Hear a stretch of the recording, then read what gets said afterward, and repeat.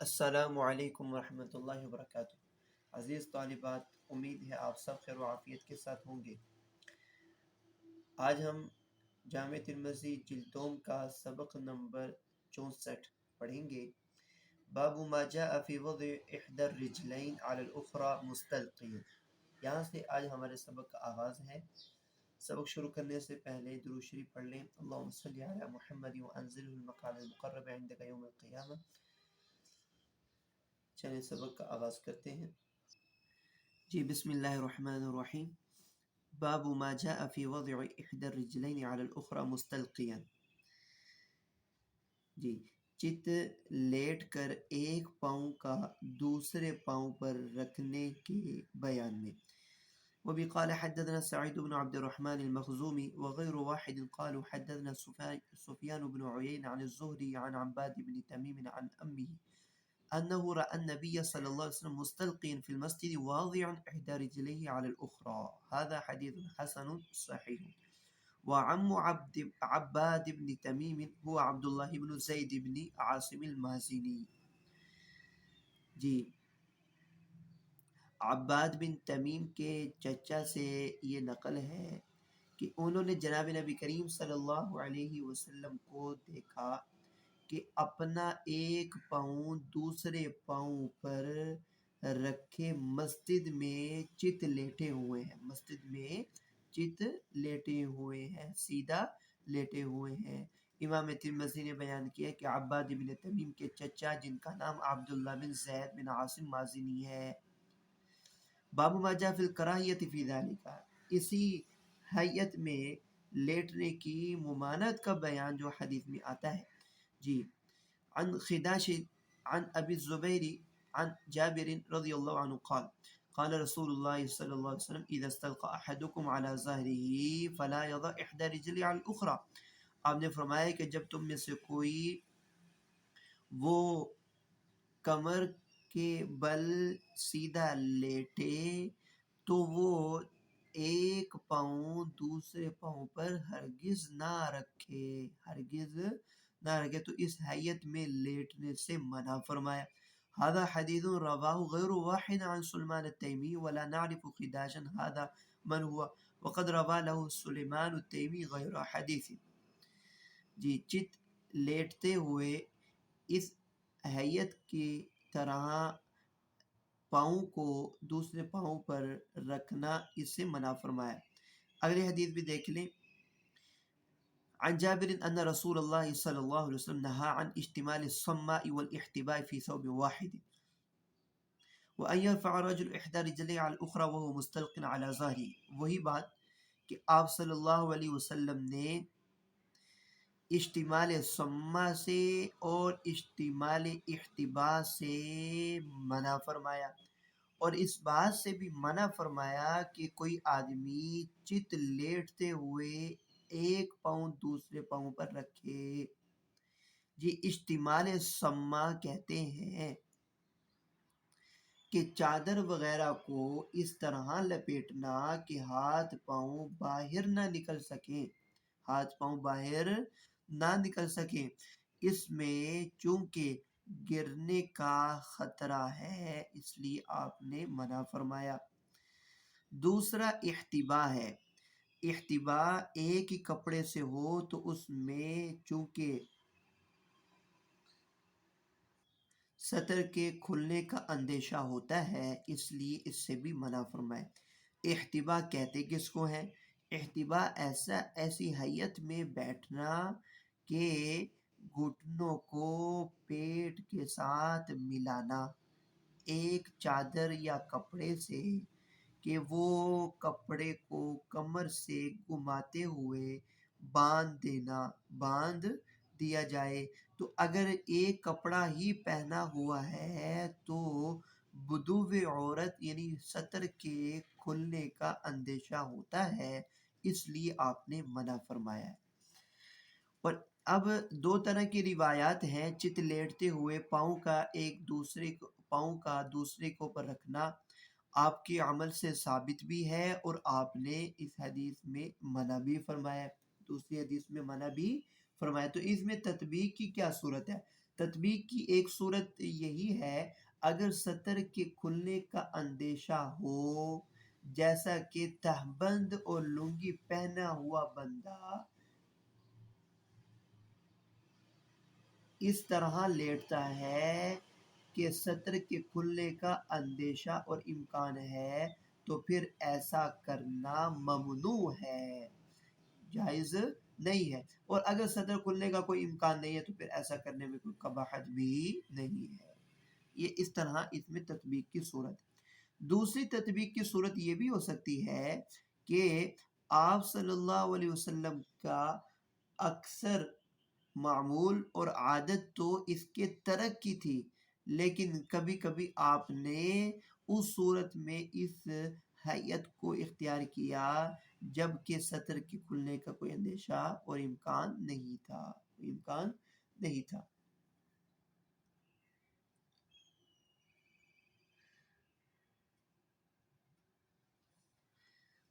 اگلا ترجمۃ الباب ہے، باب ما جاء فی کراہیت الاضطجاع علی البطن، پیٹ کے بل لیٹنے کی ممانعت کا بیان۔ یہ لیٹنے کی جو ہیئت ہے یہ ناپسندیدہ ہے۔ عن ابی ہریرہ قال رأى رسول اللہ رجلا مستجعا على بطنه فقال ان هذه ضجعة لا يحبها اللہ۔ آپ صلی اللہ علیہ وسلم نے ایک شخص کو دیکھا کہ وہ پیٹ کے بل لیٹا ہوا ہے، یعنی الٹا لیٹنا جس کو ہم کہتے ہیں، پیٹ کے بل لیٹا ہوا ہے، تو آپ نے فرمایا کہ یہ اس طرح لیٹنا ہے جس کو اللہ رب العزت پسند نہیں فرماتی۔ وہ فی الباب عن طیفہ وابن عمر، وروى يحيى بن أبي كثير هذا الحديث عن أبي سلمى عن يعيش بن طيفة عن أبي، ويقال تغفى والصحيح تهفى، ويقال تغفى، وقال بعض الحفاظ الصحيح تخفى۔ باب ما جاء في حفظ العورة، جی شرمگاہ کی حفاظت کا بیان۔ عن جدی قال قلت يا رسول الله عوراتنا ما نأتي منها وما نذر، قال احفظ عورتك إلا من زوجتك أو ما ملكت يمينك، فقال الرجل يكون مع الرجل، قال إن استطعت ألا يرى أحد ففعل، قلت الرجل يكون خاليا، قال فالله أحق أن يستحيا منه۔ جی حضرت بحث بن حکیم وہ اپنے والد سے اور وہ ان کے دادا سے نقل کرتے ہیں، فرمایا کہ میں نے عرض کیا یا رسول اللہ عوراتنا ما نأتی منها وما نذر، ہم اپنے قابل سطر بدن کے کتنے حصے کو چھپائیں اور کتنے کو کھلا رہنے دیں؟ تو آپ صلی اللہ علیہ وسلم نے فرمایا کہ اپنی بیوی اور لونڈی کے سوا سب سے اپنی شرمگاہ کی حفاظت کرو، احفظ عورتک، اپنی شرمگاہ کی حفاظت کرو۔ فقال الرجل یکون مع الرجل، انہوں نے عرض کیا کہ مرد کے ساتھ ہو؟ تو آپ نے فرمایا کہ اگر تم سے یہ ہو سکتا ہو اللہ یراہ احد، کہ کوئی مرد بھی نہ دیکھ پائے تو پھر ایسا ضرور کرو۔ قلت الرجل یکون خالیا، پھر میں نے عرض کیا کہ کبھی انسان بالکل اکیلا ہی بیٹھا ہوتا ہے تو اس صورت میں کیا حکم ہے سطر کا؟ تو آپ نے فرمایا کہ تب بھی اللہ سب سے زیادہ حقدار ہے کہ اس سے شرم کی جائے۔ سطر انسانی جسم کا وہ حصہ جسے چھپانا واجب ہے۔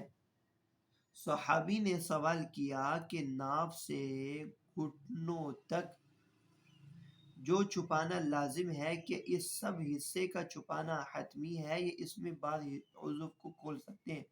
آپ نے فرمایا کہ بیوی اور باندی کے سوا تو سب کے لیے اس حصے کو چھپانا لازم اور ضروری ہے، اس کا کوئی عضو کھولا نہیں جا سکتا۔ مرد اپنے مثل دیگر مردوں کو دیکھ سکتے ہیں یا نہیں؟ تو اور اسی طرح عورتیں آپس میں ایک دوسرے کو دیکھ سکتی ہیں یا نہیں؟ تو اس کے جواب میں آپ صلی اللہ علیہ وسلم نے یہی فرمایا کہ بچنا ہی بہتر ہے، بچنا ہی بہتر ہے۔ اور جب انہوں نے کہا تنہائی کی صورت میں، تو آپ نے فرمایا کہ اگر چھ بندے نہیں دیکھ رہے، اللہ تو دیکھ رہے ہیں۔ جی، باب ما جاء فی الاتکاء،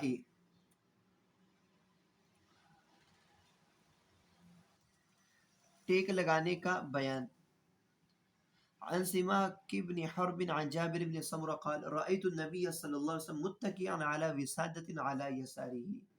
رسول اللہ صلی اللہ علیہ وسلم کو حضرت جابر فرما رہے ہیں کہ رسول اللہ صلی اللہ علیہ وسلم کو میں نے دیکھا کہ بائیں طرف تکیے پر ٹیک لگائے ہوئے ہیں، بائیں طرف تکیے پر، یعنی کہ بائیں پہلو سے آپ تکیے پر ٹیک لگائے ہوئے ہیں۔ هذا حدیث حسن غریب وروى غير واحد هذا الحديث عن إسرائيل عن سماك عن جابر بن سمرة قال رأيت النبي متكئا على وسادة ولم يذكر على يساره۔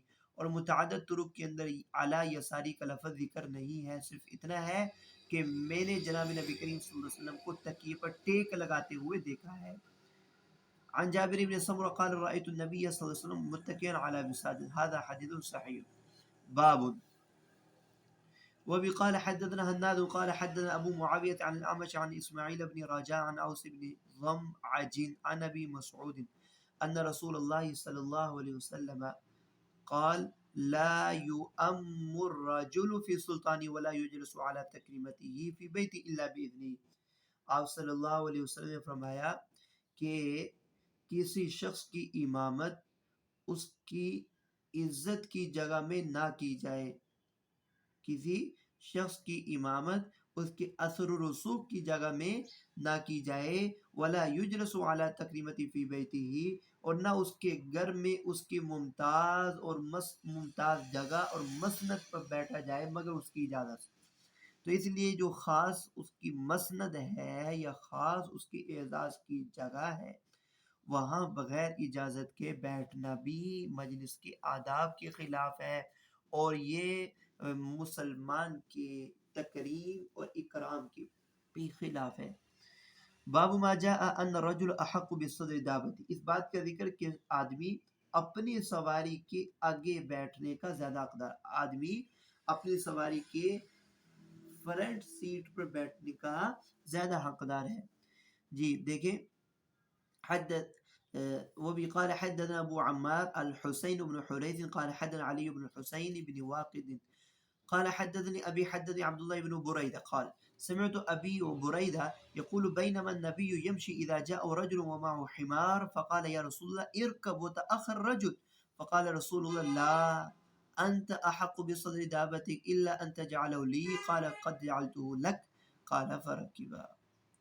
جی دیکھیں، حضرت بریدہ سے مروی ہے، فرماتے ہیں کہ جناب نبی کریم صلی اللہ علیہ وسلم پیادہ چل رہے تھے کہ اچانک ایک شخص آتا ہے کہ جس کے ساتھ سواری گدھے کی ہے، فقال یا رسول اللہ، اور اس نے عرض کیا اے اللہ کے رسول، ارکب، آپ سوار ہو جائیے، وتأخر الرجل، اور وہ شخص خود پیچھے ہٹ گیا۔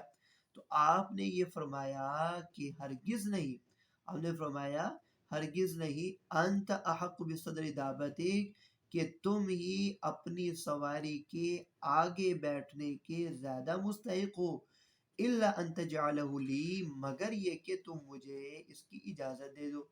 تو اس پر اس نے کہا یا رسول اللہ، میں آپ کو اجازت دیتا ہوں۔ یہ سن کر آپ سوار ہو گئے۔ هذا حدیث حسن غریب۔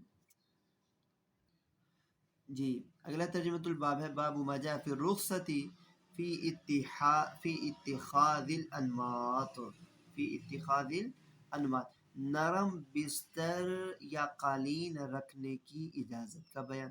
عن محمد بن المنکدر عن جابر قال قال رسول اللہ صلی اللہ علیہ وسلم هل لكم أنماط؟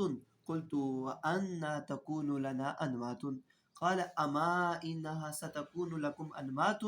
قال فأنا أقول لامرأتي أخري عني أنماطك، فتقول ألم يقل رسول الله إنها ستكون لكم أنماط؟ قال فَأَدَعُوهَا۔ حضرت جابر سے مرویہ رسول اللہ نے فرمایا کہ تمہارے پاس انمات بھی ہوں گے، حل لکم انماتن، کہ تمہارے پاس انمات یعنی نرم بستر قالین ہوں گے۔ میں نے عرض کیا کہ حضور ہمارے پاس انمات کہاں ہیں؟ تو آپ نے فرمایا عن قریب انہا ستکون لکم انمات، عن قریب تمہارے پاس یوں نرم بستر ہوں گے۔ حضرت جابر فرماتے ہیں انا اقول لامراتی، کہ اب میں اپنی بیوی سے کہتا ہوں کہ اخری عنی انمات کی، اپنے انمات اپنے نرم بستر مجھ سے دور رکھو، اپنے نرم بستر مجھ سے دور رکھو۔ مگر وہ یہ کہتی ہے کیا رسول اللہ صلی اللہ علیہ وسلم نے نہیں فرمایا تھا کہ انا ستکون لکم انمات، کہ ان قریب تمہارے پاس نرم بستر آویں گے؟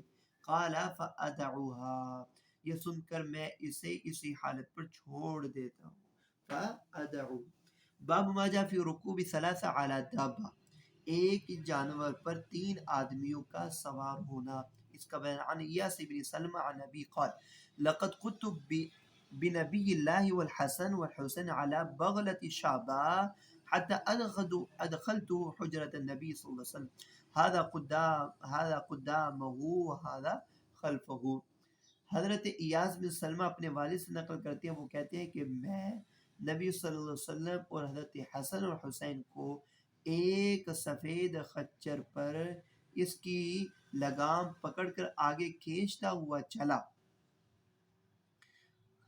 آگے کھینچتا ہوا چلا، یہاں تک کہ ادخلت حجرت النبی صلی اللہ علیہ وسلم کے اس کو نبی صلی اللہ علیہ وسلم کے حجرے میں داخل کر دیا۔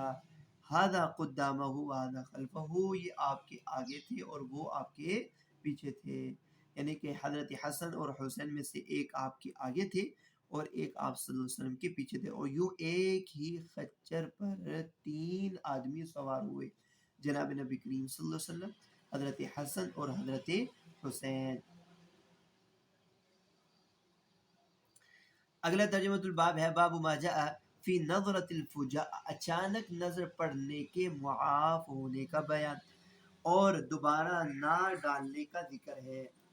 جی، عن جریر بن عبد اللہ قال سألت رسول اللہ صلی اللہ علیہ وسلم عن نظرۃ الفجاء فأمرنی ان اصرف بصری۔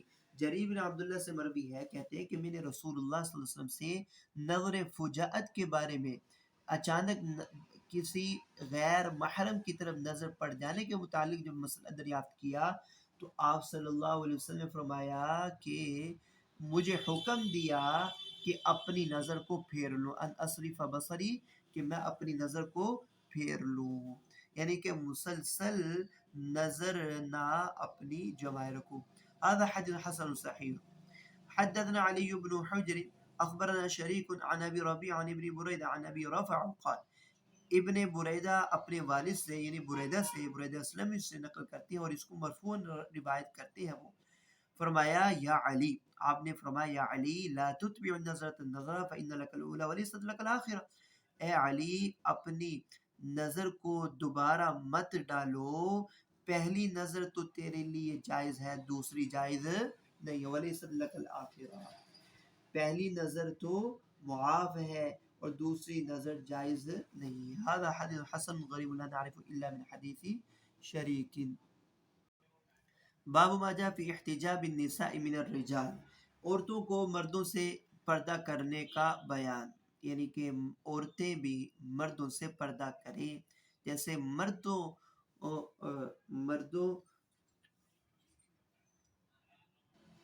کے لیے عورتوں کو دیکھنا وہ جائز نہیں، اسی طرح عورتوں کے لیے بھی مردوں کو دیکھنا وہ بھی جائز نہیں۔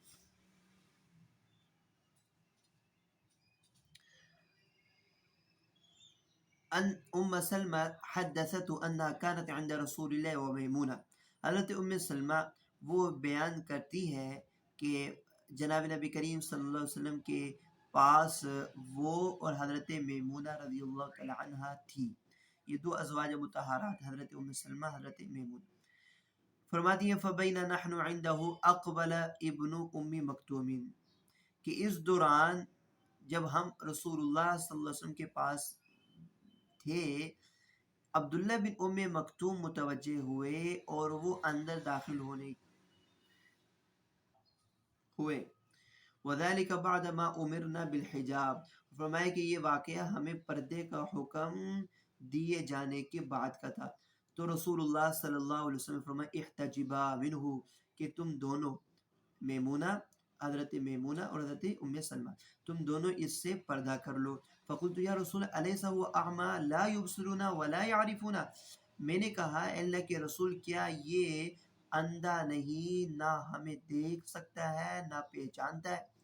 تو رسول اللہ صلی اللہ علیہ وسلم فرمایا افعم یا وانی انتما الستما تبصرانی، کیا تم دونوں بھی اندھی ہو؟ کیا تم اس کو نہیں دیکھ سکتی؟ کیا تم اس کو نہیں دیکھ سکو گی؟ اس لیے تم اس سے پردہ کر لو۔ اگلا ترجمۃ الباب ہے باب ما جاء فی النہی عن الدخول علی النساء الا باذن ازواجہن، جی شوہروں کی اجازت کے بغیر ان کی عورتوں کے پاس جانے کی ممانعت کا بیان ہے۔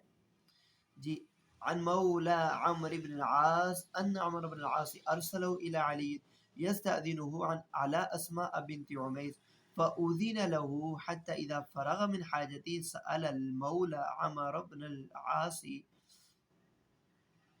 عن ذلك فقال ان النبي نهانا او نهى ان ندخل على النساء بغير اذن ازواجهن۔ جی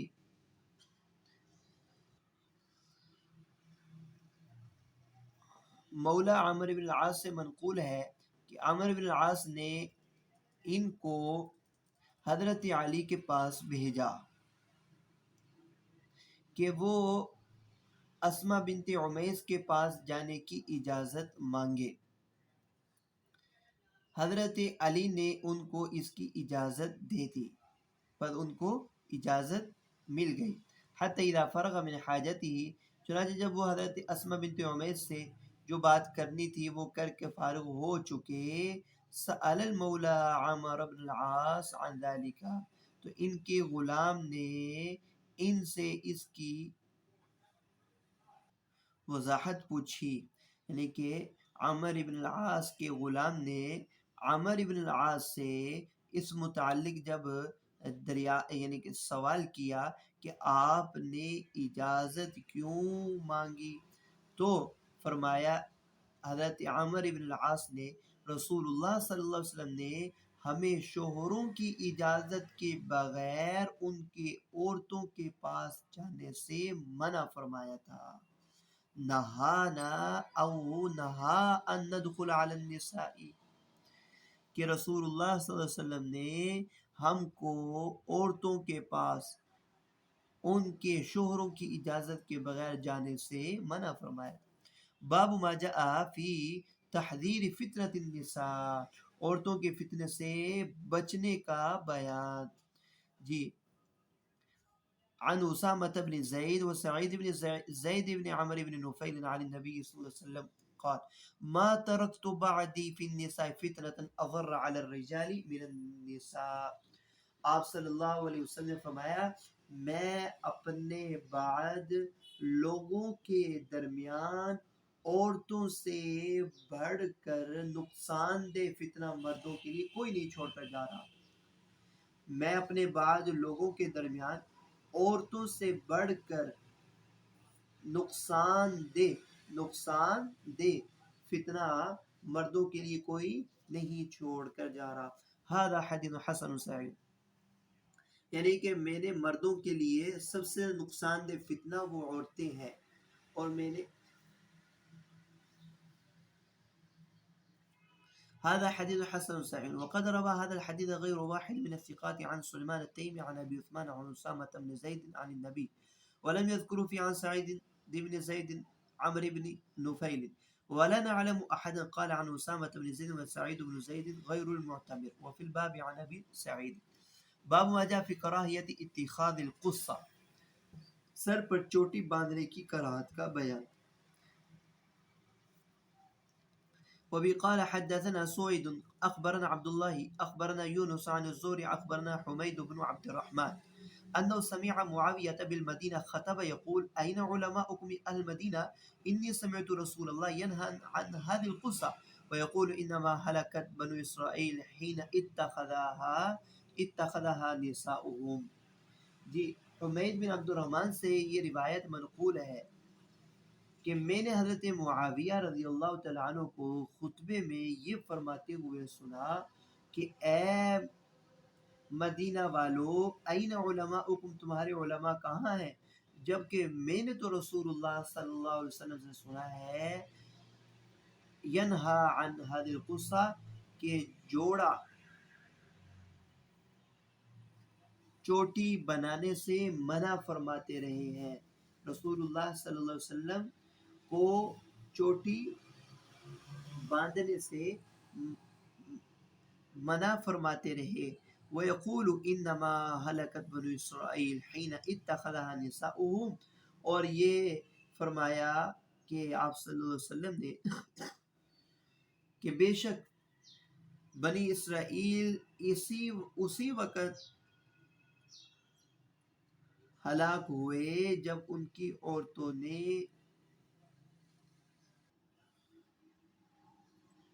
بالوں کا جوڑا بنایا. تو حاشیے میں لکھا ہوا ہے کہ غرض اس ممانعت اور نہیں کی وہ بالوں کو یوں مزین کرنا ہے، اس سے منع فرما. الغرض النہی عن تزیین الشعر بمثلها. وقال القاضی، قاضی عیاض فرماتے ہیں لعلہ کان محرما علی بنی اسرائیل، کہ ممکن ہے کہ یوں کرنا محرمات میں سے تھا بنی اسرائیل کے لیے. تو اس بات کا بھی احتمال ہے کہ حضرت معاویہ کا مقصود یہ ہو کہ محرمات سے بچتے رہو. فعوقبوا او الہلاک کان بہ وبغیرہ من المعاصی، اور وہ انہی محرمات سے اجتناب نہ کرنے کے سبب ہی ہلاک ہوئے اور عقاب اور عذاب کے مستحق ہوئے. هذا حدیث حسن صحیح وقد روی من غیر وجہ عن معاویہ. باب ما جاء فی الواصلۃ والمستوصلۃ والواشمۃ والمستوشمہ. جی پہلے ان کی اصطلاحات سمجھ لیں کہ واصلہ کس کو کہتے ہیں اور مستوصلہ کس کو کہتے ہیں. جی جو اپنے بالوں کے ساتھ دوسرے بال وگ ملائے اور جو ملوائے، مستوصلہ کو موصولہ بھی کہا جاتا ہے. تو واصلہ وہ عورت ہے التی تصل شعرها بشعر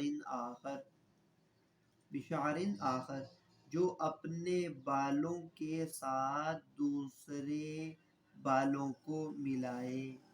والمستوصلۃ التی تأمر من یفعل ذلك، اور مستوصلہ وہ عورت ہے جو ایسا کرنے کا حکم دے، جو ایسا کرنے کا حکم دے. آگے لفظ ہے والواشمہ. الواشمہ، واشمہ جسم گوندنے والی کو کہتے ہیں، جسم گوندنے والی کو کہتے ہیں. اور والمستوشمہ، اور گوندوانے والی. اس کی مذمت کا بیان ہے اس باب میں. عن علقمة عن عبد الله أن النبي صلى الله عليه وسلم لعن الواشمات والمستوشمات والمتنمصات مبتغيات للحسن مغيرات خلق اللہ. جی حضرت عبداللہ سے مروی ہے رسول اللہ صلی اللہ علیہ وسلم نے جسم گوندنے والی اور گندوانے والی عورتوں پر لعنت کی ہے. والمتنمصات مبتغیات للحسن، اور اپنے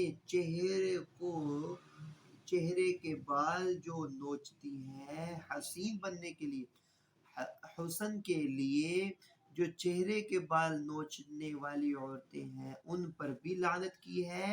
مغیرات خلق اللہ، اور اللہ کی پیدائش بدلتی ہیں، اللہ تعالیٰ کی پیدائش کو بدلتی ہیں۔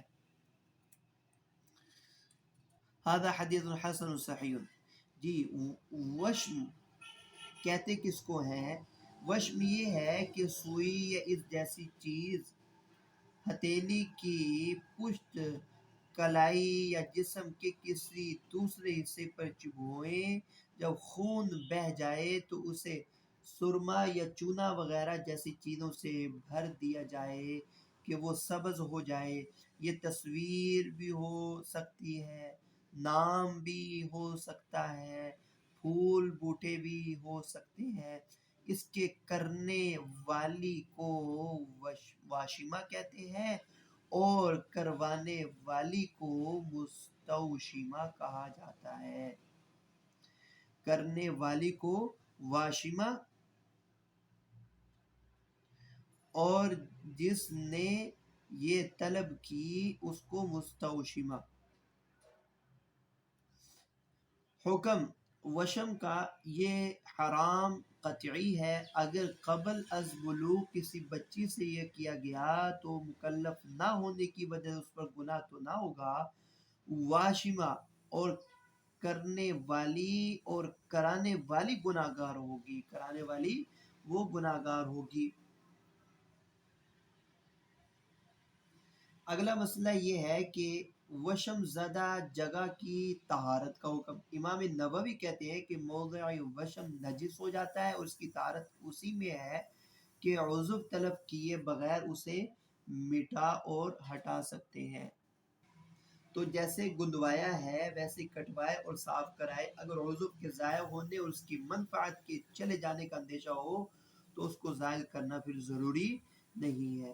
جبکہ احناف کا مذہب یہ ہے کہ اب زخم ملتئم اور منجمد ہو جانے کی وجہ سے وہ حصہ جسم بن چکا ہے، صرف ہرا پن باقی ہے تو دھونے سے پاک ہو جائے گا، کیونکہ اگر طہارت کے لیے اس کے عین اور رنگ دونوں زائل کرنا لازم کر دیں گے تو یہ جسم و جلد کاٹے بغیر نہ ہو سکے گا جس میں مضرت و نقصان کا اندیشہ ہے، اس لیے ظاہراً دھو لینا وہی طہارت کے لیے کافی ہو جاتا ہے۔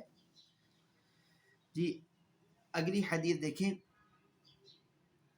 عن نافع عن ابن عمر عن النبي صلى الله عليه وسلم قال لعن الله الواصل والمستوصل والواشم والمستوشم۔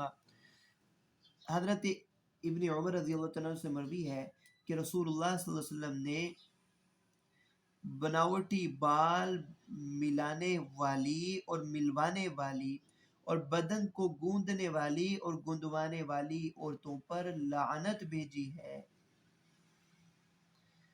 آپ صلی اللہ علیہ وسلم نے فرمایا کہ لعن اللہ الواصل والمستوصل، کہ بناوٹی بال ملانے والی اور ملوانے والی اور بدن کے کسی حصے کو گوندنے والی اور گندوانے والی پر اللہ کی لعنت ہو، اللہ کی لعنت ہو۔ قال نافع الوشف فی اللثہ، نافع کہتے ہیں اس حدیث میں گوندنے سے دانتوں کو الگ الگ کرنا اور ان کی جڑوں کو کالا یا صاف کرنا مراد ہے۔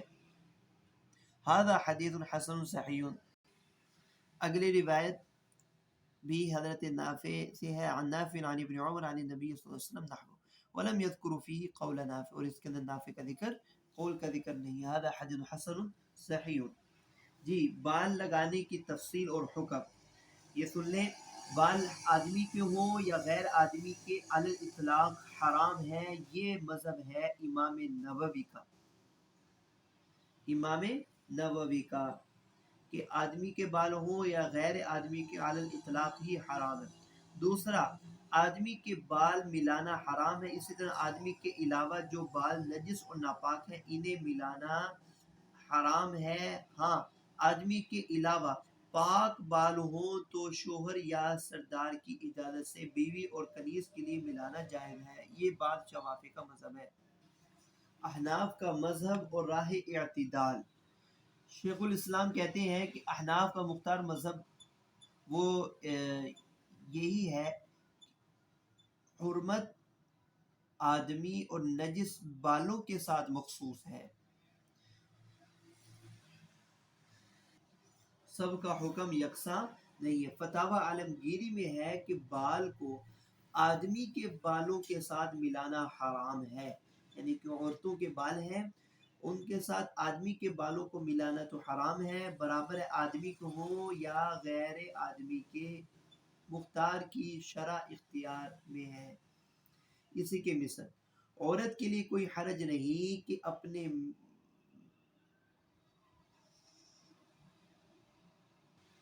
مینڈیوں کے ساتھ اون وغیرہ ملائے، اس سے یہ ظاہر ہوا کہ ریشمی دھاگوں کا پراندہ جو ہوتا ہے اس کا ملانا عورتوں کے لیے جائز ہے، اور یہی با اعتدال قول ہے۔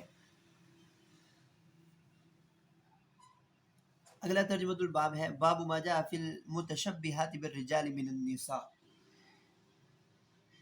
یہ عورتوں کا مردوں کے ساتھ مشابہ بننا، اس پر وعید ہے، اس کا بیان۔ مردوں سے مشابہ بننے والی عورتوں کے لیے وعید۔ عن اکرمۃ عن ابن عباس قال لعن رسول اللہ صلی اللہ علیہ وسلم المتشبہات بالرجال من النساء والمتشبہین بالنساء من الرجال، کہ حضرت ابن عباس سے مروی ہے، رسول اللہ صلی اللہ علیہ وسلم نے مردوں کے مشابہ بننے والی عورتوں پر اور عورتوں کے مشابہ بننے والے مردوں پر لعنت کی ہے، مردوں کے مشابہ بننے والی عورتوں پر اور عورتوں کے مشابہ بننے والے مردوں پر لعنت کی۔ هذا حدیث حسن صحیح۔ وبه قال حدثنا الحسن بن علي الخلاق قال حدثنا عبد الرزاق اخبرنا معمر عن يحيى بن ابي كثير وايوب عن إكرمة عن عباس قال لعن رسول الله المخنثين من الرجال والمترجلات من النساء، کہ ابن عباس سے مروی ہے کہ رسول اللہ صلی اللہ علیہ وسلم نے عورت بننے والے عورت بننے والے خنثی بننے والے مردوں پر اور مرد بننے والی عورتوں پر لعنت بھیجی۔ هذا حدیث حسن صحیح فی الباب عن عائشہ رضی اللہ تعالی عنہ۔ یہاں تک آج ہمارا سبق تھا۔ السلام علیکم ورحمۃ اللہ وبرکاتہ۔